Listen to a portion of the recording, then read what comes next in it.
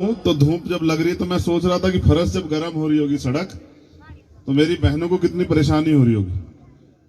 मैं उनकी हिम्मत की दाद देता हूं और मैं उनसे वादा करता हूं, मेरा वादा अटल, कि अगर सरकार निर्दयी होकर हमारी आवाज को कुचलने का काम करेगी तो इस सरकार की ईंट से ईंट बजा दी जाएगी। मुख्यमंत्री जी याद रखें इस बात को। मेरा मीडिया के साथियों से अनुरोध है कि आप इधर हो जाएंगे तो मैं अपनी बहनों को देख पाऊंगा। धन्यवाद आपका। इधर हो जाओ, थोड़ा सा इधर हो जाओ आप लोग। आ जाओ, आप तो छांव में भी चले जाओगे। ये देखो जिनकी वजह से हमें धन्यवाद। मैंने काफी बातें सुनी। मैं कल जब से आया हूं मैंने तब से अध्यक्ष जी को पूरी घटनाक्रम के बारे में जाना। मेरा प्रोग्राम नहीं था, अध्यक्ष जी का आदेश आया क्योंकि हमारे वो नेता हैं यहाँ प्रदेश के, हमारे प्रभारी हितेश महेश जी का 17 तक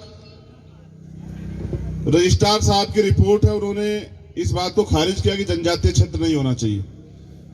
5 साल में ऐसा कितना बड़ा परिवर्तन हुआ वही यही देखता हूं। मैं यहां बैठा आपके चेहरे देख रहा था तो मुझे आपके चेहरों पे एक उदासी परेशानी नजर आती। आप एक उम्मीद लेके आए हैं शिमला में, प्रदेश की राजधानी हिमाचल की, और आपको उम्मीद है कि मुख्यमंत्री जी आपकी बात सुनेंगे।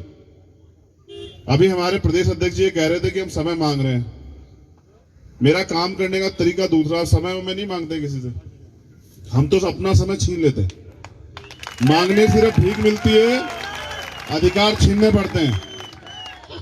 आज जितने लोगों तक बात जाएगी, अगर वो तय कर लें कि 1 महीने के अंदर दोबारा शिमला आएंगे, लेकिन इस बार शिमला ऐसे आएंगे कि शिमला से जाएंगे नहीं। जब तक हमारी बात नहीं मानी जाएगी तो मैं मानता हूं कि मुख्यमंत्री जी आपको बुलाएंगे नहीं ना 6 लोगों के साथ, इतने लोग यहीं आएंगे आपके बीच में और पूछेंगे आपकी समस्या बताओ, यही कहेंगे कि समस्या खत्म हो गई। आप जानो कानून किसके लिए, कानून किसके लिए? कानून वहां रहने वाले लोगों के लिए। भाई उन्हीं की समस्या को देख के तो कानून बनाया होगा। ये रिपोर्ट पढ़ी, एक भी वंचित वर्ग का व्यक्ति तो इसमें नहीं है। जो 100 लोग वो बनाई है, इसमें वंचित तबके का तो एक भी व्यक्ति नहीं है। फिर 40% आबादी वहां अनुसूचित जाति की है।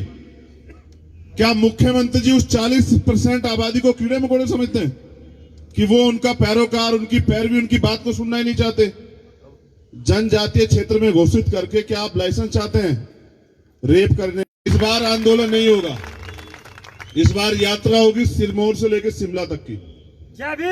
और ऐसी यात्रा होगी कि कोई अधिकारी कर्मचारी राजधानी का और मुख्यमंत्री चैन से नहीं सोएगा। मेरा आप लोगों से वादा।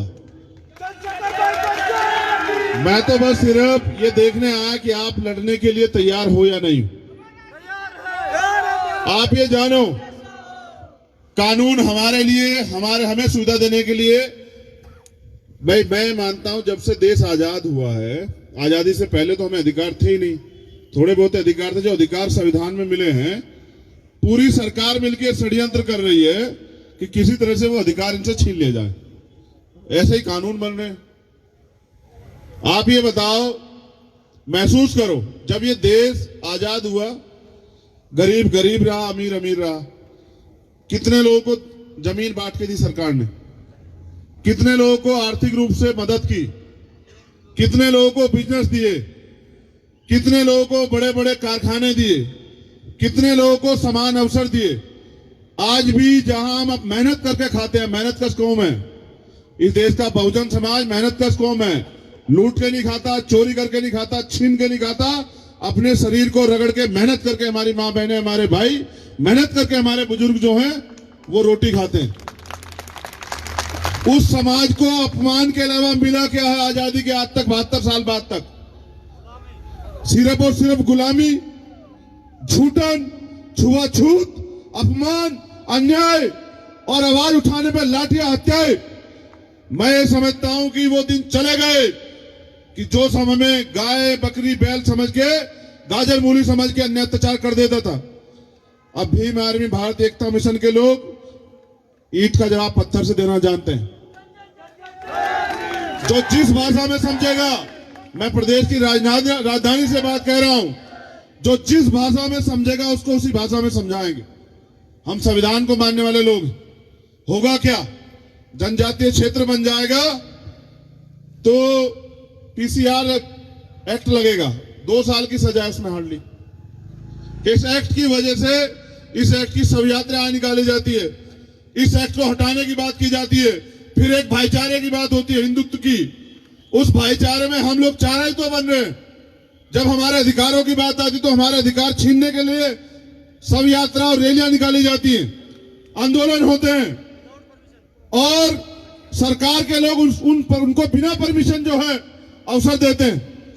और हमें जो है, क्या हमारी पोटा साहिब से आने वाली टीम की गाड़ियां नहीं रोकी गई? क्या हम नहीं देख रहे हैं बैठ के?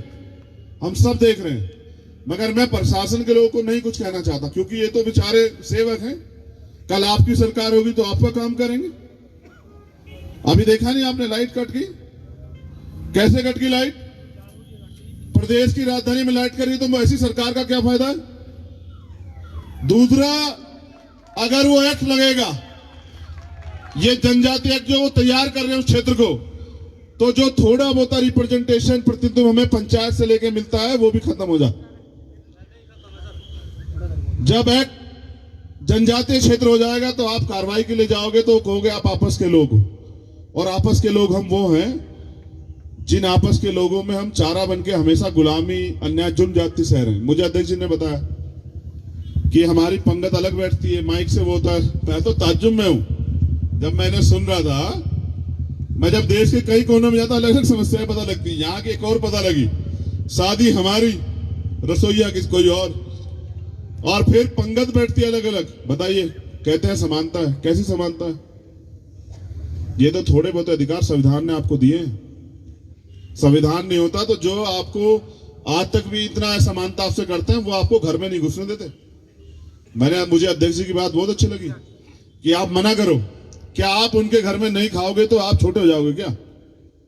बताओ, मत जाना, बंद करो ना। 3 चीजें बिल्कुल बंद करो। जो आपके साथ अत्याचार करे, दान, सम्मान और मतदान, ये 3 चीजें उस समाज की बंद करके देखो आप, एकदम दिमाग ठीक हो जाएंगे सब लोग। ये लोकतंत्र है। 40% आबादी तो अपना सांसद और विधायक बना सकती है, लेकिन वो 40% आबादी इनके आगे हाथ फैला रही सरकार के आगे। क्यों फैलाएंगे हम लोग हाथ? अभी तो सिरमौर के लोगों ने अंगड़ाई ली। मैं आपको फिर कह रहा हूं, संकल्पित होके, आपको घबराने की जरूरत नहीं। मैं जो साथी मेरे साथ है, मैं उनसे पूछना चाहता हूं, क्या इनको घबराने की जरूरत है? क्या आज हम लोग एक नहीं है? आज आपकी बात को आगे बढ़ाने के लिए हरियाणा के अध्यक्ष हमारे, उत्तराखंड के अध्यक्ष हमारे, दिल्ली के टीम हमारी, यूपी की टीम हमारी, पंजाब की टीम हमारी चल के आई देखने के लिए कि वहां क्या हो रहा है। आप इस बार मौका तो दो। आप इस बार अन्याय अत्याचार की लड़ाई को मजबूत तो करो। हमें तो समस्या ये है कि बहुत सारी घटनाएं हम तक आती नहीं है। आज अध्यक्ष जी ने कई किस्से बताए किस तरह सारी घटनाओं को मोड़ दिया जाता है। ये अन्याय अब नहीं चलेगा। हिमाचल में बस मैं यही बताने के लिए आया, प्रदेश की राजधानी में, कि अब हम आमने सामने से लड़ेंगे, अपने अधिकारों के लिए आंख से आंख मिला के बात करेंगे, और नहीं जाएंगे हम किसी मुख्यमंत्री के दरवाजे। जो मुख्यमंत्री इतने दिन से हमारी बात नहीं सुन रहा है, अब हम उसके दरवाजे नहीं जाएंगे, मेरा ऐसा मानना है। अभी समय आएगा वो मुख्यमंत्री हमारे दरवाजों पे, चौखटों पे सर रगड़ता घूमेगा। आप चिंता मत करो, वो आएगा। वो छोड़िए, ये जो यहाँ की सरकार है, इनकी जो केंद्र की सरकार है, उनके जो प्रधानमंत्री हैं, जो हम सबके प्रधानमंत्री हैं, वो पैर धोते हैं हमारे। आप देख लो, एक समय आता है, आपको बाबा साहब अम्बेडकर ने वोट का अधिकार दिया है, वो प्रधानमंत्री जी हमारे पैर धोते हैं। और तमाम मुख्यमंत्री वो हमारे घरों में खाना खा के आगे दिखाते हैं कि हम समानता की बात करते हैं। मैं आपसे यही तो कह रहा हूं, आप अपनी ताकत को पहचानो तो सही। अगर आपको ये लगता है कि आप कमजोर हैं तो ये आपकी मानसिक गुलामी है। आप ना कमजोर थे, ना है, और आप ना रहोगे। इस वादे को हमें एक दूसरे से करना पड़ेगा। ये हिमाचल है, ये हिमाचल है, और हिमाचल वैसे चलेगा जैसे यहाँ के बहुजन समाज के लोग चाहेंगे। ऐसा संकल्प हमें करना पड़ेगा। देखो, बिना संघर्ष के कुछ मिलेगा नहीं।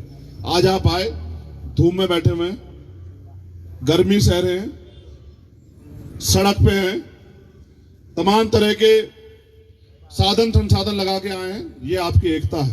आपको क्या लग रहा है कि मुख्यमंत्री जी तक ये बात नहीं गई है कि आप यहां? ये बात मुख्यमंत्री तक भी गई है, और ये बात मुख्यमंत्री जी ने ऊपर भी पहुंचा दी है कि यहाँ के लोग भी भीम आर्मी के प्रति विश्वास में आ रहे हैं और वो भीम आर्मी के साथ खड़े हो रहे हैं। यहाँ भी ताकत बन रही है। पूरे देश में बहुजन समाज के लोग इकट्ठे हो रहे हैं।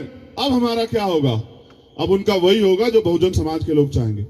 जो मुख्यमंत्री हमारी बात नहीं सुनेगा ना, उसकी कुर्सी का एक पाया तोड़ देंगे हम लोग। मुख्यमंत्री जी बैठ नहीं पाएंगे चैन से।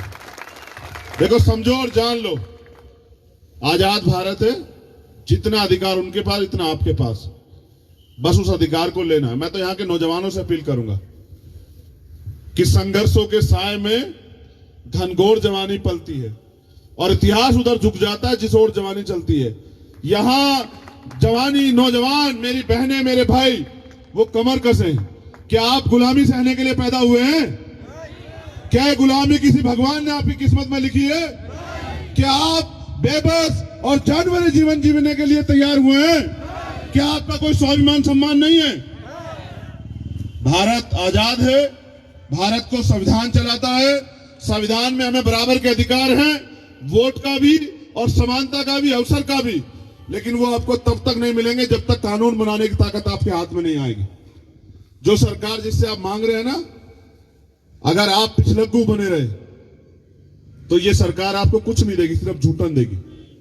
और अगर आपने अपनी ताकत, कीमत, अपनी वैल्यू समझ ली तो ये सरकार आपके घर आके पूछेगी कि बताइए आपकी इच्छा क्या है, आप चाहते क्या है। फिर आपको धूप में यहाँ नहीं बैठना पड़ेगा। मुझे कष्ट है, नौजवान साथियों को तो मान लेता हूं, लेकिन मेरी बहनें यहाँ बैठी है, मुझे दुख है। और क्या नहीं अत्याचार होते, क्या आप नहीं जान रहे? क्या हमें नहीं बताया गया कितने तरह के अत्याचार होते हैं गांव देहात से लेके? और आवाज उठाने पे क्या नहीं होता? हिमाचल के लोगों को अब फैसला लेना पड़ेगा। मैं नौजवानों से पूछना चाहता हूं, यहां बैठे हर एक शख्स से पूछना चाहता हूं, क्या आप गुलामी का जीवन जीना चाहते हैं? क्या आप इस गुलामी की बेड़ियों को काटना चाहते हैं? क्या आप चाहते हैं आपको भी स्वाभिमान, सम्मान और अधिकारों के साथ जीवन मिले? दोनों हाथ उठा के बताओ कितने लोग चाहते हैं। अगर इतने लोग दोनों हाथ उठा के इस बात का संकल्प करते हैं तो 6 महीने में अगले हिमाचल का कोई कोना नहीं बचेगा जहां से यह आंदोलन मजबूत नहीं होगा। और फिर मैं कह रहा हूं, मांगना नहीं है, अपनी ताकत बनानी। देखो, आपको लगता है कि आप यहां एक दिन इकट्ठा हो जाओगे, मुख्यमंत्री थाली में सजा के आपको देंगे, नहीं। जिस दिन मुख्यमंत्री को पता लगा कि उनका समाज जमीनी रूप से एकजुट हो रहा है, और जो लोग पहुंचे थे सिरमौर, वो सिरमौर, जो लोग शिमला पहुंचे थे वो सिरमौर वापस नहीं गए। उन्होंने जाके क्षेत्रों में जाकर काम करने के लिए काम करना शुरू किया और अपने लोगों को बताना शुरू किया कि क्या अन्याय होने वाला है। अभी के वो जो किन्नौर से आए थे, उन्होंने बताया कि जनजातीय क्षेत्र के बाद हमें क्या सहना पड़ रहा है। मैं आपसे भी कह रहा हूं, कल जो गुलामी आपके ऊपर थोपी जा रही है, अगर आप उसको रोकना चाहते हो तो आपको गांव से निकल के, घर से निकल के, अपने क्षेत्र से निकल के अपने समाज को तैयार करना पड़ेगा। कल जो होने वाला, उसके लिए अपने लोगों को जागरूक करना पड़ेगा। कल जो अन्याय, अत्याचार, जोर जबरदस्ती, गुलामी और जो अधिकारों के विहीन, बिना अधिकारों के जो समय आपकी तरफ दौड़ के आ रहा है, उसको रोकने के लिए आपको मेहनत करनी पड़ेगी। कितने लोग हैं जो इसमें साथ देंगे? जरा हाथ उठाओ। अब इनके हाथ नोट कर लेना, दोनों हाथ उठाओ, ऊंचे से उठाओ हाथ, इतने ऊंचे से कि दिखाई दे आपके हाथ। बताओ, जवाब दोगे या नहीं दोगे? बताओ। सरकार को पता चलना चाहिए, नहीं चलना चाहिए? आप गुलामी नहीं चाहते ना? नहीं चाहते ना? धन्यवाद। तो मैं आपसे निवेदन करता हूं कि अध्यक्ष जी, ये आंदोलन तो आज शुरू हुआ, सरकार अपना काम करेगी, हम लोग अपना काम करें। आज के बाद यहां हिमाचल की टीम वो जाएगी क्षेत्रों में और तैयार करेगी, और हम लोग डेट तय करेंगे, और सिरमौर से उसी जगह जहां अन्याय सबसे ज्यादा है, और हम देखेंगे कौन रोकेगा यात्रा को। हमारी जिम्मेदारी, हम खुद रहेंगे उस यात्रा में, और पैदल ही नहीं, अपने लहू का एक कतरा जो है ना, वो हिमाचल के वासियों से, अपने बहुजन समाज के लोगों से कह रहे हैं, वो इस धरती के लिए, अपने देश के लिए, इसकी तरक्की के लिए और आप सब लोगों के अधिकारों, स्वाभिमान, सम्मान के लिए निछावर करेंगे। लेकिन अब गुलामी नहीं सही जाएगी। अब जुल्म जाति के सामने हम लोग घुटने नहीं टेकेंगे। बाबा साहब अम्बेडकर कहते हैं, जीवन लंबा नहीं, महान होना चाहिए। 100 दिन बकरे की तरह जीने से अच्छा एक दिन शेर की तरह जियो। और याद करो, बलि किसकी दी जाती है बताओ? कभी शेर की बलि आपने देखी किसी को देते हुए? जिस दिन आप अपने अधिकारों के लिए सड़क पे आओगे, ये सरकारें अपने आप ठीक हो जाएंगी। और बाकी भैया बता ही दिया अध्यक्ष जी कि हमारा पुश्तैनी कार्यक्रम क्या था है? अगर हम वो भी करते रहते ना तो बिजनेसमैन होते, इस देश में मालिक होते। इस सरकार ने हमें सिवा कटोरे के और कुछ नहीं दिया। आप नोटिस करो, राशन ले लो और ये हमारी वोट खरीद लेंगे राशन के चक्कर में। एजुकेशन ले लो, वोट दे दो, इनकी गुलामी से हो। क्यों? भारत का संविधान सबको पढ़ने का अधिकार देता है, सबको समानता का अधिकार देता है, समान अवसर देता है। और ये जो बनाया जाके, पहली बात, अगर मैं मुख्यमंत्री जी को भी एक रास्ता बताता हूं, ये वॉयलेशन है संविधान के आर्टिकल 342 के भाग 2 का। ये वॉयलेशन, आप दलित समाज को, अनुसूचित जाति को उनके अधिकारों से वंचित कर ही नहीं सकते हो। और अगर आप ऐसा करोगे, इतनी बड़ी आबादी को भुला के, इग्नोर करके, अगर आप कुछ लोगों के षड्यंत्र में आके ऐसा करने का प्रयास करोगे, तो हम चुप नहीं बैठेंगे, हम लोग जवाब देंगे। हम लोग इसका जवाब देंगे और ऐसा जवाब देंगे कि जो मुख्यमंत्री हमारे लोगों के अन्याय, दुख, तकलीफ को नहीं सुनेगा, वो कुर्सी पे नहीं बैठेगा। ऐसा भी हमें तैयारी अब करनी पड़ेगी। हमें डरने की जरूरत नहीं, घबराने की जरूरत नहीं, ये हमारा अधिकार है। जैसे आज हम यहाँ इकट्ठे हुए, परमिशन देनी पड़ी इस देश में अपने अधिकारों के लिए आंदोलन करना।